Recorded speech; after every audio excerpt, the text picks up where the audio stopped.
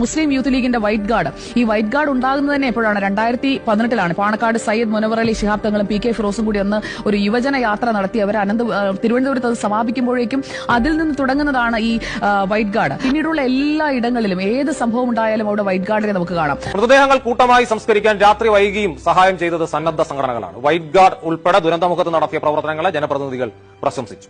ഒരു മഹാദുരന്തത്തിൽ മരിച്ച ആളുകളുടെ തിരിച്ചറിയാൻ കഴിയാത്ത മനുഷ്യരുടെ മൃതദേഹങ്ങൾ സംസ്കരിക്കുന്നതിൽ ഒരു നാട്ടിൽ നമ്മളെ അതിശയിപ്പിക്കുന്ന തരത്തിൽ പ്രവർത്തിച്ച ഒരു സംഘടനയാണ് വൈറ്റ് ഗാർഡ്. നിങ്ങളുടെ സാന്നിധ്യം വലിയ രീതിയിൽ ഉണ്ടായിട്ടുണ്ട്.